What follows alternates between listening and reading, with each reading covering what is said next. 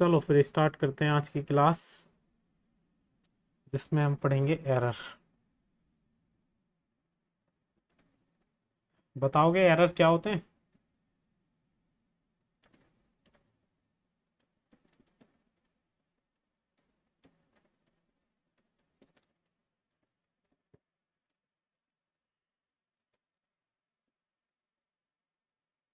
बताओ एरर क्या होता है?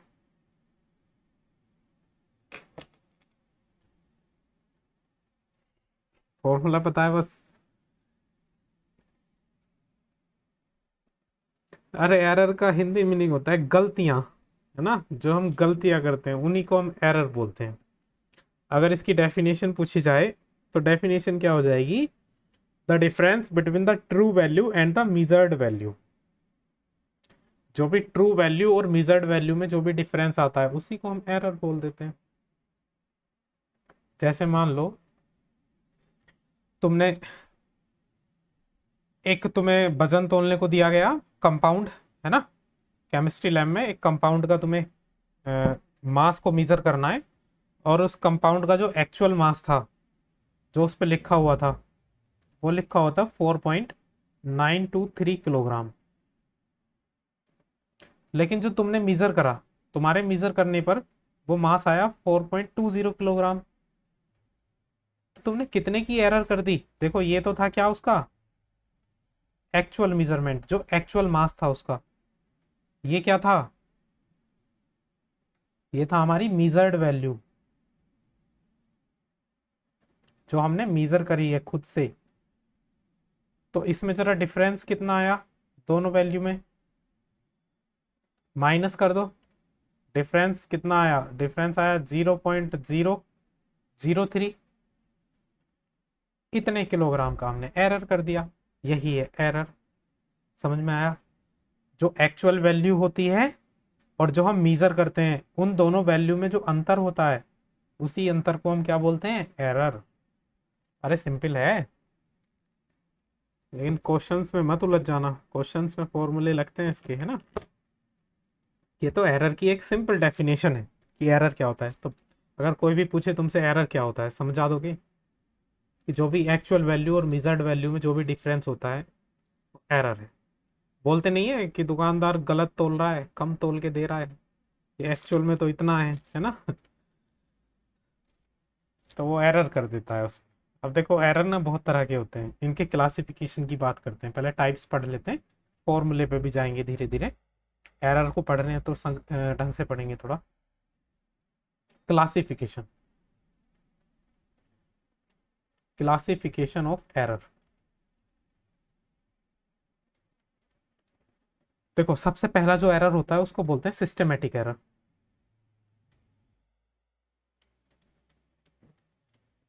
सिस्टमेटिक एरर या फिर कंट्रोलेबल एरर।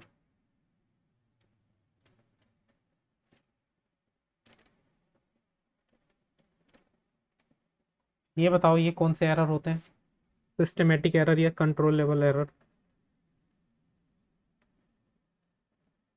देखो ऐसे एरर जिनका हमें जो कॉज हैं वो नोन हो, कि एरर किस वजह से हो रहा है, जिनका हमें पता हो कि एरर क्यों हो रहे हैं। जैसे दुकानदार के पास जाते हैं, हमें पता है उसने कुछ ना कुछ तराजू में गड़बड़ कर रखी है, तो पता है ना हमें कि एरर का कारण क्या है ना? तो जिन एरर के हमें कारण पते हो, कोज पता हो, तो उन एरर्स को हम बोलते हैं क्या? Systematic error. सही है। अब देखो सिस्टेमेटिक एरर के ना टोटल 3 टाइप्स होते हैं। सिस्टेमेटिक एरर 3 तरह के होते हैं, इन्हें बारी बारी से हम बताते हैं। जैसा पहला एरर हो सकता है इंस्ट्रूमेंटल एरर।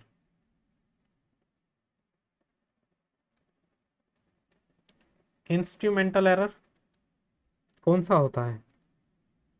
जो इंस्ट्रूमेंट में कमी होने के कारण हो, है ना? मान लो किसी ने अपनी तराजू के नीचे एक्स्ट्रा वेट लगा रखा हो, या किसी से प्रॉपर इंस्ट्रूमेंट वो प्रॉपर तरीके से सेट ना हुआ हो, जिस तरीके से उसको हम मीजर करते हैं ना। तो जो इंस्ट्रूमेंट की वजह से एरर होता है वो इंस्ट्रूमेंटल एरर बोला जाता है उसको। जब तराजू होती है ना, वो तराजू अगर सिंपल सी लैंग्वेज में बताया जाए, तो तराजू के एरर को हम कैसे डिटेक्ट करते हैं? खाली तराजू लेते हैं और उसके दोनों पड़ले देखते हैं, सेम है या नहीं। अगर वो सेम है, सेम साइड पे है, तो वो एरर फ्री है। अगर एक पल्ला ज़्यादा झुका हुआ है, एक उठा हुआ है, तो उसमें कुछ ना कुछ एरर है। तो ये वाली एरर किस में आएगी? इंस्ट्रूमेंटल एरर में। समझ में आया? देखो दूसरा एरर जो होता है वो होता है एनवायरमेंटल एरर।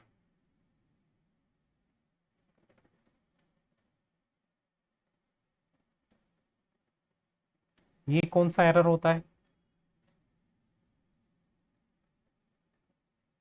जो एरर एनवायरमेंट की वजह से आ जाए, उस एरर को हम बोलते हैं एनवायरमेंटल एरर। बताओगे जरा मुझे कोई एक एग्जांपल, एनवायरमेंट की वजह से कोई एरर हो सकता है क्या? नहीं हो सकता। हम्म। अच्छा देखो, कभी सुनार की दुकान पे जाते हो तो जो उसकी तराजू होती है ना, तोलने वाली, वो बहुत अंदर रखी होती है जहाँ पे एयर वगैरह ना हो। क्योंकि, हाँ, क्योंकि उससे छोटे से छोटा मास बहुत वैल्यू रखता है। अगर थोड़ा सा भी एक आध ग्राम ऊपर नीचे हो गया तो 4-5 हज़ार इधर उधर हो जाएंगे, है ना। अगर वो उसी तराजू को बाहर रख के तोले और हवा चले, तो हवा की वजह से तराजू या तो भारी भी बता सकते, क्योंकि वो तो बहुत सेंसिटिव होती है ना, वो एक एक ग्राम को बताती है ना, मिलीग्राम को भी बताती है। तो अगर वो उसको बाहर रखेगा, तो एनवायरनमेंट की वजह से उस पर कुछ इफेक्ट पड़ सकता है। मान लो हवा तेज पड़ रही है, आंधी आ गई, है ना। तो इस एरर को हम बोलते हैं एनवायरमेंटल एरर। समझ में आया? कि अगर कोई भी इंस्ट्रूमेंट उसकी प्रॉपर जगह नहीं रखा है, या किसी भी इंस्ट्रूमेंट पर एनवायरमेंट की वजह से कुछ भी इफेक्ट पड़ रहा है, तो उस इफेक्ट को बोलेंगे एनवायरमेंटल एरर। तीसरा जो एरर होता है वो होता है ऑब्जर्वेशन एरर, ऑब्जर्वेशनल एरर।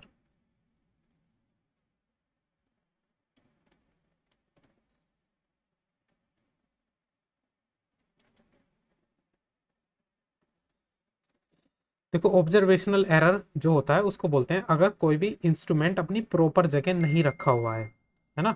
मान लो किसी ऊंची नीची जगह पर रखा हुआ है, वो एक प्रॉपर बेस पर नहीं रखा हुआ है, तो उसकी वजह से जो एरर आ सकता है उस एरर को बोलते हैं क्या? Observational error. ये टोटल 3 टाइप थे। कौन से एरर के? सिस्टमेटिक एरर के। सिस्टमेटिक एरर कौन से होते हैं? ऐसे एरर जिनका कॉज, जिनका रीजन हमको पता हो कि इस वजह से ये एरर आ रहा है ना। तो सिस्टमेटिक एरर में 3 एरर होते हैं: इंस्ट्रूमेंटल एरर, एनवायरमेंटल एरर और ऑब्जर्वेशनल एरर। इंस्ट्रूमेंटल एरर कौन सा एरर होता है? जो इंस्ट्रूमेंट में कुछ ना कुछ खराबी की वजह से हो, है ना।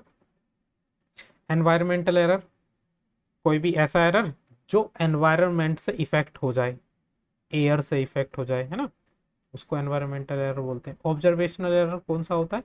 एक ऐसा एरर जो इंस्ट्रूमेंट के प्रॉपर नहीं रखे होने की वजह से होता है। मान लो कोई भी इंस्ट्रूमेंट टेढ़ा रखा हुआ है ना, उसकी वजह से कोई एरर हो गया, तो उसको बोलते हैं ऑब्जर्वेशनल एरर। ठीक है। दूसरा होता है ग्रॉस एरर। इसका दूसरा टाइप पढ़ेंगे हम, ग्रॉस एरर।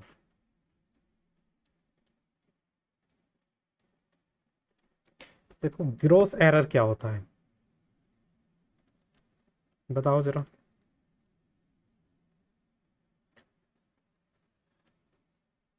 देखो ग्रॉस एरर वो होता है क्या?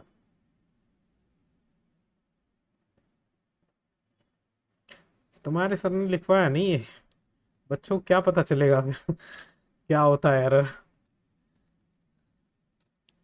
चलो मैं बताता हूँ ग्रॉस एरर क्या होता है। मैं इसको लिखा हुआ दे दूंगा, है ना, पूरा लिखा हुआ दे दूंगा मैं, विथ थ्योरी। ठीक है। देखो ग्रॉस एरर वो होता है जो एरर हम खुद करते हैं।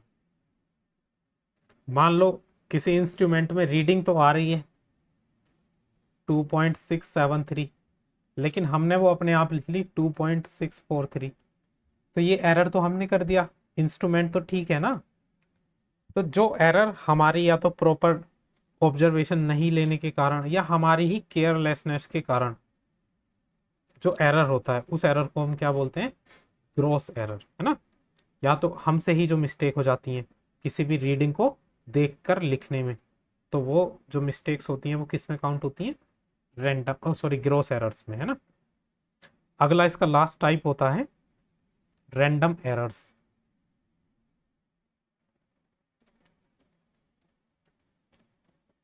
रैंडम एरर क्या होते हैं?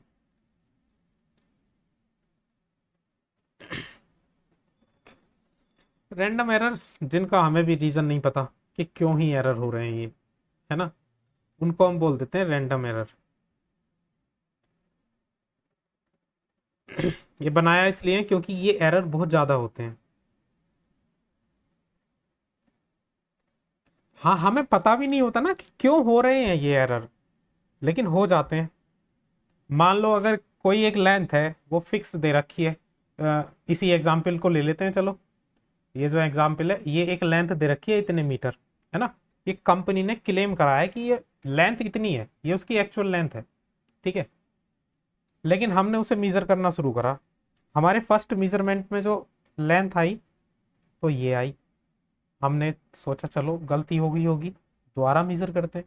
दोबारा मीज़र करने पे ये आ गई। तो इसका हमें रीज़न भी नहीं पता ये क्यों हो रहा है, हम इसको बार बार रिपीट करते रहेंगे, है ना। तो ऐसे एरर जिनका रीज़न नहीं पता, हमने सारा इंस्ट्रूमेंट वगैरह सब चेक कर लिए, सब कुछ प्रॉपर है, एकदम चेक्ड है, लेकिन तब भी ये एरर हो रहा है, तो इसको बोलेंगे हम रैंडम एरर, जिसका हमें खुद रीज़न नहीं पता हो ये एरर क्यों हो रहे हैं। सही है, तो इसको हम बोलते हैं रैंडम एरर। तो देखो ये एरर्स का क्लासिफिकेशन था, एरर क्या होते हैं हमने ये पढ़ा इसमें, और एरर कितने टाइप के होते हैं हमने ये पढ़ा इसमें। टोटल 3 टाइप के एरर होते हैं। पहला सिस्टेमेटिक एरर, दूसरा ग्रॉस एरर, और तीसरा रैंडम एरर। अब ये जो सिस्टेमेटिक एरर होते हैं ये फिर से 3 टाइप के होते हैं ना। क्या सारे के सारे एरर्स पता है तुम्हें? ये बताओ, यहां तक कोई दिक्कत? अच्छा, अब ये जो रैंडम एरर्स होते हैं इनको सही करने का क्या तरीका होता है?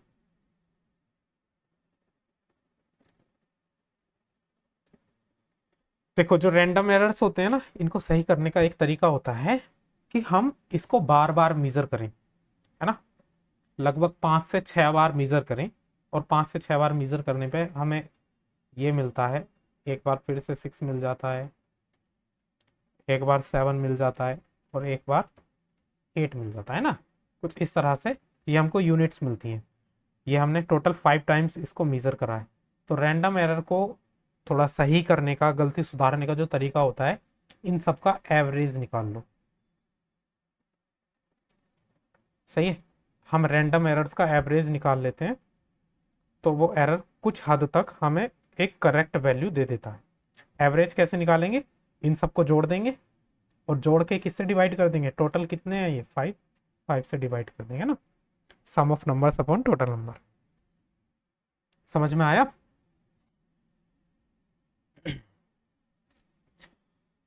चलो, समझ में आया तो बहुत अच्छी बात है।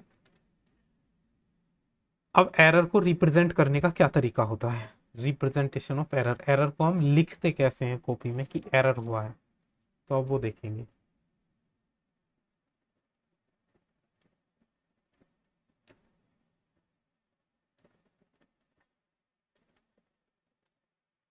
एरर को हम 2 तरह से रिप्रेजेंट करते हैं। सबसे पहला होता है एब्सोल्यूट एरर।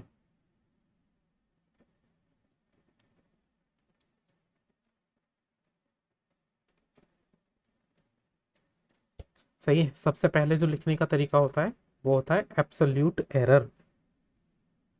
ठीक,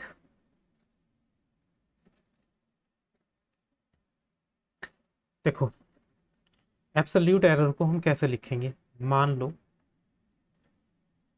हमने बहुत सारे मेजरमेंट किए, है ना। पहला मेजरमेंट को हमने जो भी रीडिंग आई उसको A1 लिख दिया, दूसरे मेजरमेंट में जो भी रीडिंग आई उसको A2 लिख दिया, तीसरे मेजरमेंट में A3, A4, है ना। इस तरीके से हमने बहुत सारे मेजरमेंट किए एक ही चीज पर, एक ही ऑब्जेक्ट पर, मतलब एक ही मेजरमेंट हमने बहुत टाइम्स किए।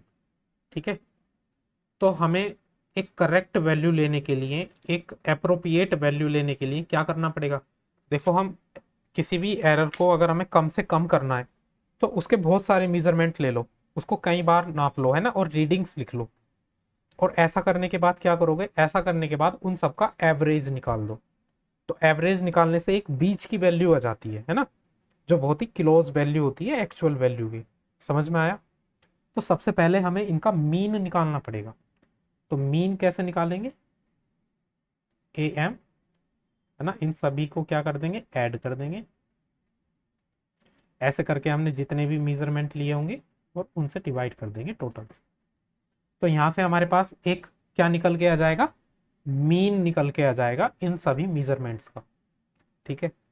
अब जो एब्सोल्यूट एरर होता है, एब्सोल्यूट एरर, तो एब्सोल्यूट एरर जो निकालेंगे, अगर हमें पहले वाले मेजरमेंट में एब्सोल्यूट एरर निकालनी है, पहले वाले मेजरमेंट में जो एब्सोल्यूट एरर होगी, एब्सोल्यूट एरर को रिप्रेजेंट करने का तरीका होता है डेल्टा। ये डेल्टा जो होता है ना, ये ट्राइंगुलर शेप जो होती है, इसको हम एरर को रिप्रेजेंट करने के लिए यूज करते हैं। अगर हम पहले वाले मेजरमेंट में एरर को रिप्रेजेंट करें तो उसको A1 लिखेंगे, और इसको रिप्रेजेंट करने का तरीका होगा कि जो भी हमने मीन निकाला है, मीन वैल्यू जो निकाली है, उसमें से माइनस कर देंगे पहली वाली वैल्यू। तो ये हो जाएगा क्या, एब्सोल्यूट एरर। अगर हमें दूसरी क्वांटिटी में निकालना है तो मीन में से हम माइनस कर देंगे दूसरी वाली वैल्यू। सही है। इस तरीके से हम एरर को रिप्रेजेंट करेंगे। और मान लो हमें एरर पता चल गया, है ना, मान लो, देखो, कोई एक मेजरमेंट थी, जिसकी जो मेजरमेंट थी वो थी पूरे पूरे 6 किलोग्राम, है ना, और जब हम उसको मेजर कर रहे थे तो वो आ रहा था कभी 6.1 किलोग्राम, है ना, कभी आ रहा था 6.2 किलोग्राम, कभी आ रहा था 5.9 किलोग्राम, और कभी आ रहा था 5.8 किलोग्राम। तो इसमें टोटल अगर एरर की बात करी जाए तो एरर कभी कभी तो +2 जा रहा था, कभी कभी -2 तक जा रहा था। देखो, +2 पॉइंट तक भी गया है, यहाँ पे 2 पॉइंट ज्यादा आया एक्चुअल वैल्यू से, और यहाँ 2 पॉइंट कम आया है एक्चुअल वैल्यू से। तो ये हो जाएगा एरर। एरर को इस तरह से लिख सकते हैं। लेकिन अगर हमें इसे पूरा क्वांटिटी को लिखना होगा कि इसका जो पूरा 6 किलोग्राम हमने मीजर करा है, तो इस क्वांटिटी को हम लिखेंगे पहले तो 6 किलोग्राम। ये होगा हमारा क्या, एक्चुअल वैल्यू। दिख रहा है इधर? हाँ चलो, ये जो 6 किलोग्राम है ये तो हमारा क्या हो जाएगा, एक्चुअल वैल्यू। और जो भी एरर आ रहा है उसको हम +-2 करके लिखेंगे। तो ये जो +-2 है, ये हमको क्या दिखा रहा है कि एक्चुअल वैल्यू से मैक्सिमम +2 जा सकता है एरर ऊपर, या फिर -2 जा सकता है नीचे। मतलब इतना ये वेरी कर सकता है। समझ में आया? और किसी भी क्वांटिटी को, ये तो मैंने एक वो ले लिया है एग्जाम्पल, लेकिन अगर इसको रिटर्न फॉर्म में रिप्रेजेंट करना हो किसी भी क्वांटिटी को, तो किसी भी क्वांटिटी को रिप्रेजेंट करने का जो तरीका होता है, किसी भी क्वांटिटी को रिप्रेजेंट करने का तरीका होता है इस तरह से, AT = AM + डेल्टा A।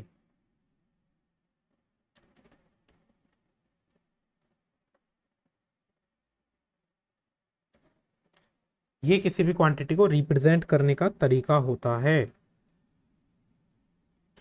सही है।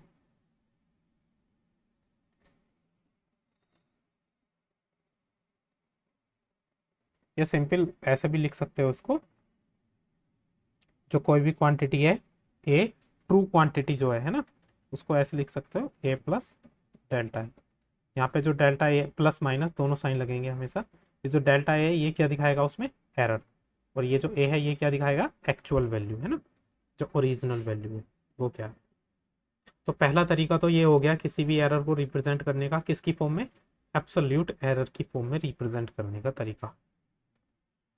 दूसरा तरीका, हम रिलेटिव या फिर फ्रैक्शन एरर की फॉर्म में उसको रिप्रेजेंट कर सकते हैं।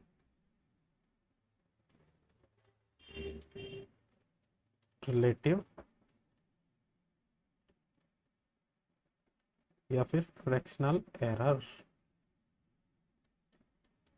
देखो रिलेटिव या फिर फ्रैक्शनल एरर को हम कैसे रिप्रेजेंट कर सकते हैं।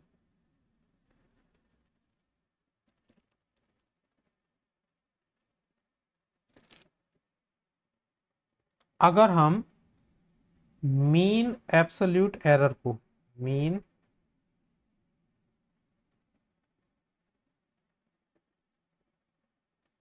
एब्सोल्यूट एरर को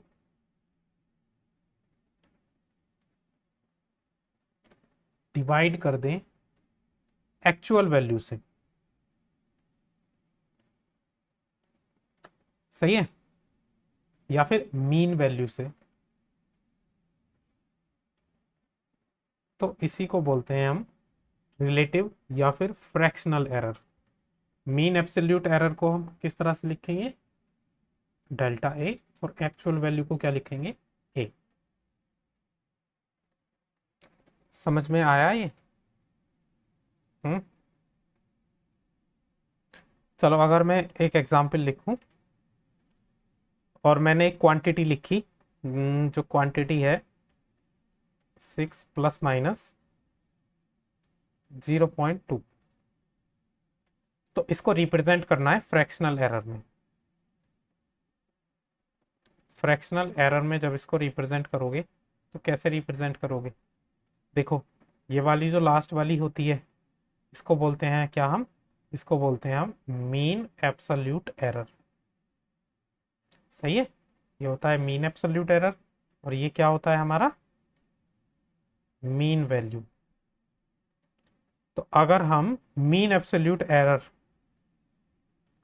को डिवाइड कर दें किससे, मीन वैल्यू से, तो ये जो लिखने का तरीका हो जाएगा, इस तरीके को हम क्या बोलेंगे, फ्रैक्शनल एरर या फिर रिलेटिव एरर। ठीक है, अरे समझ में आया? दो तरीके से हम रिप्रेजेंट कर सकते हैं एरर को, एक तो मीन एब्सोल्यूट एरर और एक रिलेटिव या फिर फ्रैक्शनल एरर के टर्म में। ओके, इसका तुम्हें प्रूफ करवाया होगा एरर का, चलो प्रूफ भी करवाएंगे। पहले देखो, अब हम एरर का जो यूज है वो किस तरह से करेंगे मैथमेटिकल ऑपरेशंस में। देखो, जब भी अगर ऐड या फिर सब्ट्रैक्ट की बात आएगी, ऐड या सब्ट्रैक्ट, तो उस समय हम जो यूज करेंगे वो करेंगे एब्सोल्यूट एरर का।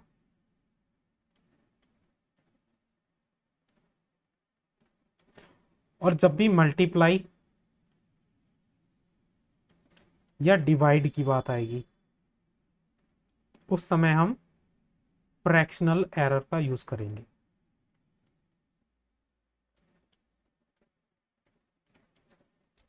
ये समझ में आया? देखो एग्जाम्पल से समझते हैं।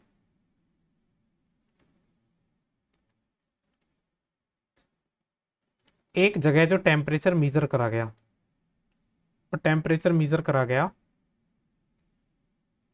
40.6 प्लस माइनस 0.2 डिग्री सेल्सियस, और एक दूसरी रीडिंग ली गई 78.3 प्लस माइनस 0.3 डिग्री सेल्सियस। सही है, ये दो रीडिंग ली गई।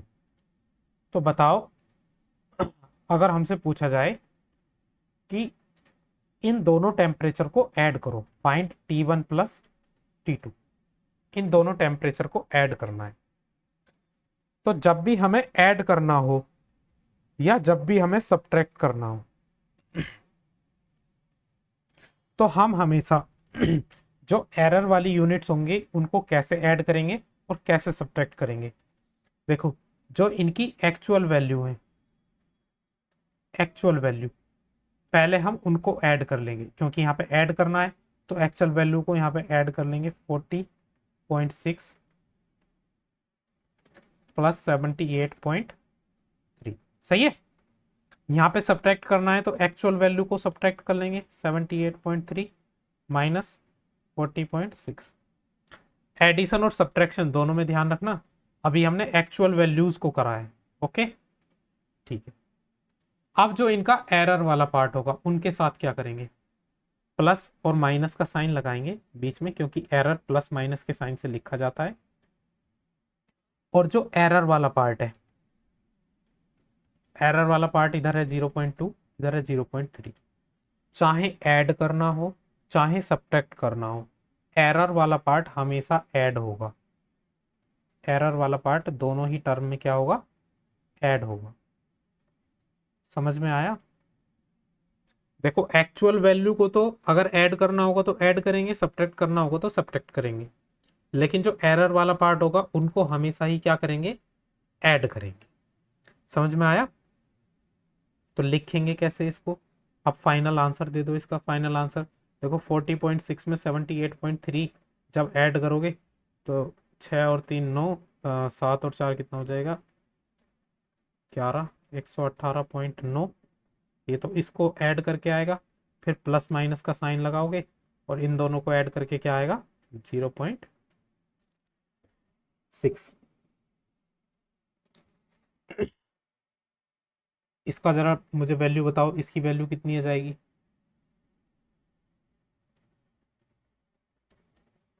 0.773 प्लस माइनस 0.6।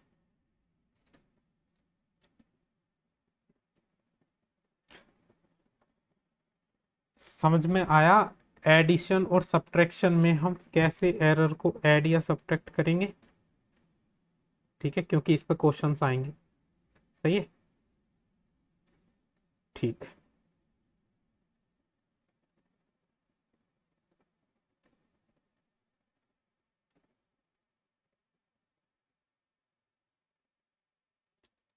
चलो अगला देखो।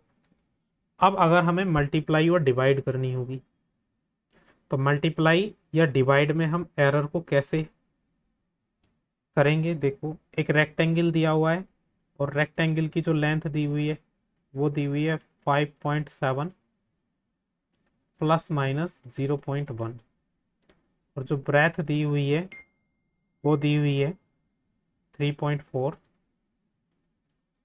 प्लस माइनस 0.2, है ना, सेंटीमीटर्स में दी हुई है ये लेंथ और ब्रेथ। ठीक है, बताना है एरिया ऑफ ट्राइंगल। तो एरिया ऑफ, या छोड़ो अभी एरिया छोड़ो, ये सब छोड़ो, हमें फाइंड करना है, फाइंड एल इंटू बी। इन दोनों का क्या करना है, मल्टीप्लाई करनी है। चाहे मल्टीप्लाई करनी हो चाहे डिवाइड करनी हो, दोनों में सेम है। जैसे इधर ऐड करना था और सब्ट्रैक्ट करना था तो एरर को ऑलवेज ऐड कर रहे थे, और एक्चुअल वैल्यू को अगर ऐड करना था तो ऐड कर रहे थे, सब्ट्रैक्ट करना था तो सब्ट्रैक्ट कर रहे थे। ओके, अब इसमें देखो, इसमें हम कैसे करेंगे। इसमें हम यूज करेंगे किसका, फ्रैक्शनल एरर का।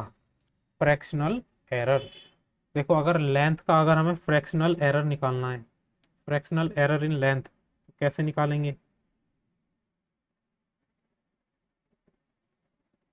फ्रैक्शनल एरर हम कैसे निकालते हैं,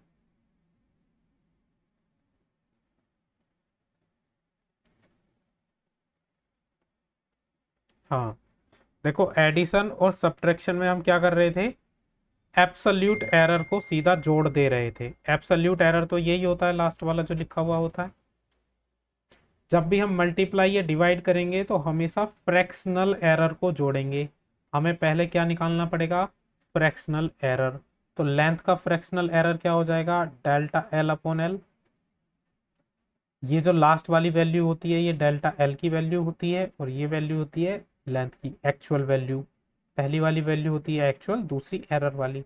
तो इसका फ्रैक्शनल एरर कितना आ जाएगा, 0.1 अपॉन 5.7।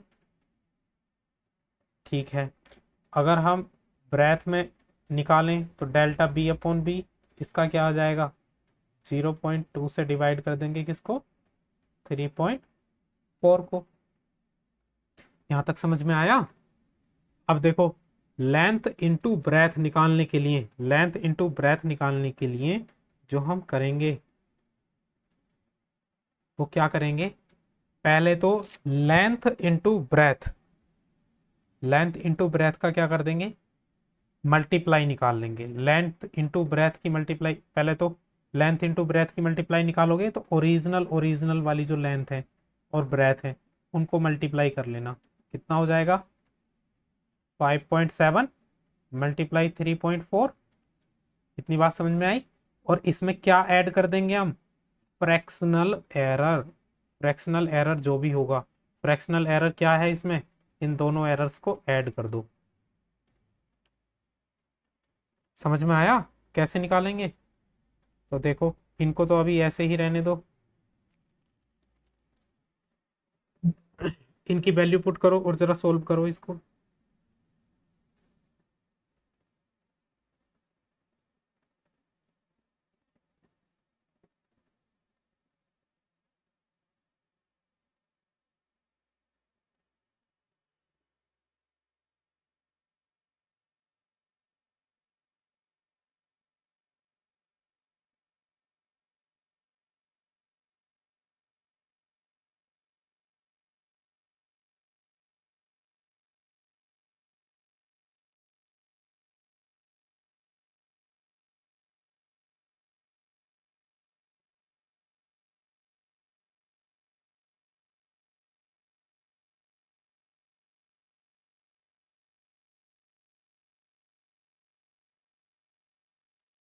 हाँ, एलसीएम लेके सोल्व तो करना पड़ेगा। चलो मैं कर देता हूँ, मेरे पास तुम्हें टाइम लगेगा थोड़ा, क्योंकि पॉइंट वाली कैलकुलेशन है ये। देखो,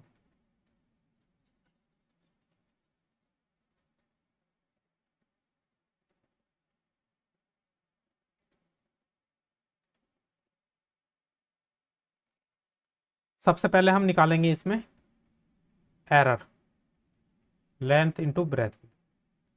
तो एरर निकालने के लिए जो यूज होगी टर्म, वो होगी पहले लेंथ और ब्रेथ की मल्टीप्लाई करो। सही है? और उसकी मल्टीप्लाई कर दो किसमें? Delta L upon L plus delta B upon B. हमें लेंथ इंटू ब्रेथ निकालनी पड़ेगी। लेंथ इंटू ब्रेथ हम जब निकालेंगे तो लेंथ इंटू ब्रेथ निकालने के लिए हम क्या करेंगे? जो ओरिजिनल वैल्यूज़ हैं 5.7 और 3.4, इनकी मल्टीप्लाई कर देंगे। तो मल्टीप्लाई करने पर जो इसमें मिलेगा वो मिलेगा 19.38, है ना, मल्टीप्लाई करने पर। ठीक है, तो लेंथ इंटू ब्रेथ को लिख देंगे हम 19.38। ठीक, डेल्टा एल अपॉन एल को जो लिखेंगे 0.1 अपॉन 5.7 प्लस डेल्टा बी को लिखेंगे 0.2 अपॉन 3.4। तो जब इसको कैलकुलेट करेंगे हम, तो इसको कैलकुलेट करके मैं ऐसे ही लिख दूं, कैलकुलेट करके जो आएगा इसको, वो आएगा 1.48 और नीचे आएगा 19.38। तो 19.38 से तो 19.38 कट जाएगा, फिर आ जाएगा 1.48। ये क्या आया? एरर आया। सही है? अब हमें लेंथ इंटू ब्रेथ निकालनी है। तो लेंथ इंटू ब्रेथ निकालने के लिए हम क्या लिखेंगे? पहले तो एक्चुअल लेंथ लिखेंगे, लेंथ इंटू ब्रेथ कितनी होगी। लेंथ इंटू ब्रेथ निकालने के लिए क्या लिखेंगे? पहले तो हम लेंथ इंटू ब्रेथ को लिखेंगे और फिर उसमें लिखेंगे कि उसमें कितना एरर है, एरर भी तो लिखेंगे, error into length into breath. तो लेंथ इंटू ब्रेथ में लेंथ इंटू ब्रेथ कितनी आई थी? 19 पॉइंट, और इसमें एरर कितना आया? 1 पॉइंट। बस ये एरर निकालने का तरीका आना चाहिए। एरर कैसे निकालेंगे हम मल्टीप्लाई या डिवाइड में, कि उस वैल्यू को पहले तो उसकी एक्चुअल वैल्यू की मल्टीप्लाई करो, जो एक्चुअल वैल्यूज हैं उनकी मल्टीप्लाई करो, फिर उन पूरी टर्म की मल्टीप्लाई किस में कर दो? फ्रैक्शनल एरर में, फ्रैक्शनल एरर निकाल के। सही है? एक और बताता हूं मैं, चलो एक और एग्जांपल करो तब समझ में आएगा। हमें दे रखी है डिस्टेंस, डिस्टेंस दे रखी है 13.8 प्लस माइनस 0.2 मीटर, और दे रखा है टाइम, टाइम क्या होगा? 4.0 प्लस माइनस 0.3 सेकेंड। हमें स्पीड कैलकुलेट करनी है। Calculate speed.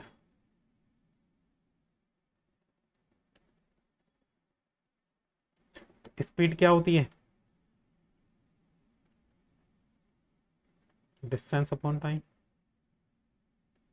ठीक है, तो पहले तो एरर निकालेंगे, एरर इन स्पीड।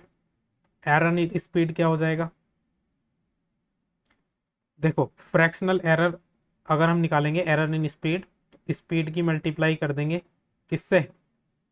स्पीड की मल्टीप्लाई कर देंगे इन सबके फ्रैक्शनल एरर से। Error in distance upon distance plus error in time upon time से। और स्पीड क्या होता है? स्पीड भी तो खुद डिस्टेंस अपॉन टाइम ही होता है ना? तो डिस्टेंस अपॉन टाइम की मल्टीप्लाई कर देंगे किससे? इनके फ्रैक्शनल एरर के सम से।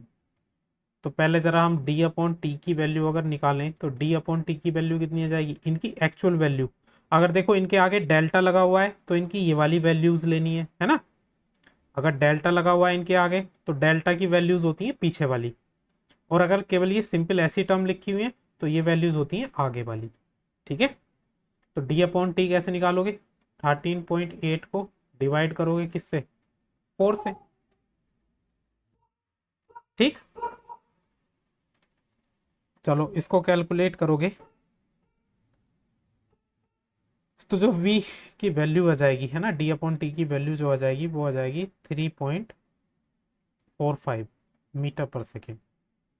अब जब इसमें ये वैल्यू रखोगे 3.45 और डेल्टा d अपॉन डी निकालोगे तो कैसे निकालोगे? 0.2 अपॉन 13.8। इधर डेल्टा टी अपॉन टी निकालोगे तो 0.3 अपॉन 4.0। समझ में आया?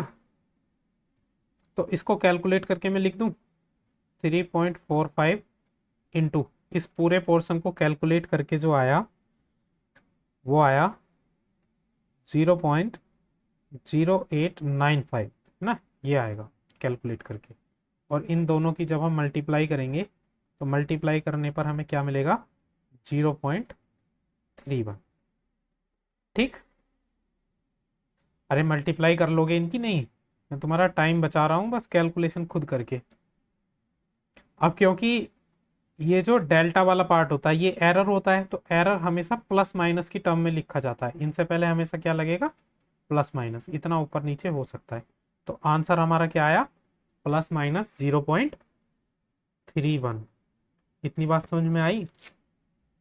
तो अगर हम वेलोसिटी निकालना चाहेंगे तो वेलोसिटी का फाइनल आंसर क्या होगा? वेलोसिटी क्या होगी? एक तो वेलोसिटी की एक्चुअल वैल्यू, अच्छा स्पीड निकाली है ना, तो स्पीड क्या होगी? एक तो स्पीड की एक्चुअल वैल्यू प्लस उसमें क्या करेंगे? उसका एरर वाली वैल्यू। तो एक्चुअल वैल्यू क्या आई थी? एक्चुअल वैल्यू तो स्पीड की ये निकाली थी ना, कितनी? 3.45। अब इसमें एरर वाली वैल्यू कितनी है? 0.31।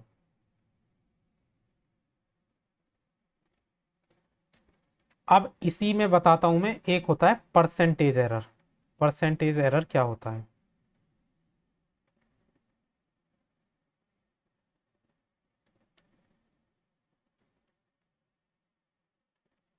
देखो मान लो कोई एक क्वांटिटी है वो मेजर करी गई है कुछ इस तरह से, 6 प्लस माइनस, यहाँ पे 5 लिख लो है ना, 5 प्लस माइनस 0.2 मीटर, ये मेजर करी गई है। तो इसमें बताना है परसेंटेज एरर। तो परसेंटेज एरर को हम कैसे निकालते हैं? सबसे पहले इसमें फ्रैक्शनल एरर निकालना पड़ेगा। फ्रैक्शनल एरर को हम कैसे निकालेंगे?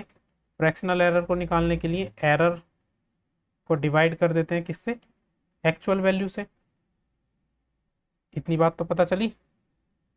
अब परसेंटेज एरर में क्या करेंगे हम? परसेंटेज एरर में करने के लिए बस इस फ्रैक्शन को मल्टीप्लाई कर देंगे किससे? 100% से। तो परसेंटेज एरर हमें निकल जाएगी इसमें। 5 से कितने टाइम में कटेगा? 20। अब 0.2 की मल्टीप्लाई करेंगे हम 20 में तो कितना आ जाएगा? 4%। परसेंटेज एरर को निकालने के लिए हम क्या करेंगे? फ्रैक्शनल एरर की मल्टीप्लाई कर देंगे 100% से, समझ में आया? तो निकल जाएगी परसेंटेज एरर। अब इसका मैं तुम्हें आज की क्लास की समरी कर देता हूँ बहुत सिंपल सी टर्म्स में, और वो ये है, देखो सबसे पहले पढ़ा था हमने एब्सोल्यूट एरर। अगर कहीं भी ऐड या सब्ट्रैक्ट करना हो, तो ऐड या सब्ट्रैक्ट करने के लिए कोई भी क्वांटिटीज अगर ऐसे दी हुई है 5 प्लस माइनस 0.2, और एक क्वांटिटी दी हुई है 4 प्लस माइनस 0.3, तो या तो अगर हमें ऐड करना हो, है ना, या सब्ट्रैक्ट करना हो, तो ऐड या सब्ट्रैक्ट में पहले तो इनकी रियल वैल्यूज को अगर ऐड करना है तो ऐड कर लेंगे, और सब्ट्रैक्ट करना है तो सब्ट्रैक्ट कर लेंगे। फिर प्लस माइनस लगा करके जो इनके एरर वाली पार्ट होगी उनको हमेशा ही क्या करेंगे, ऐड करेंगे। एरर वाले पार्ट को हमेशा ही प्लस करेंगे ना। तो 5 4 9, और कितना हो गया ये 0.3, इधर 5 में से 4 गया 1, और इधर हो गया 0.6, है ना। ये हो गया, समझ में आया? दूसरा, अगर डिवाइड या मल्टीप्लाई करनी हो,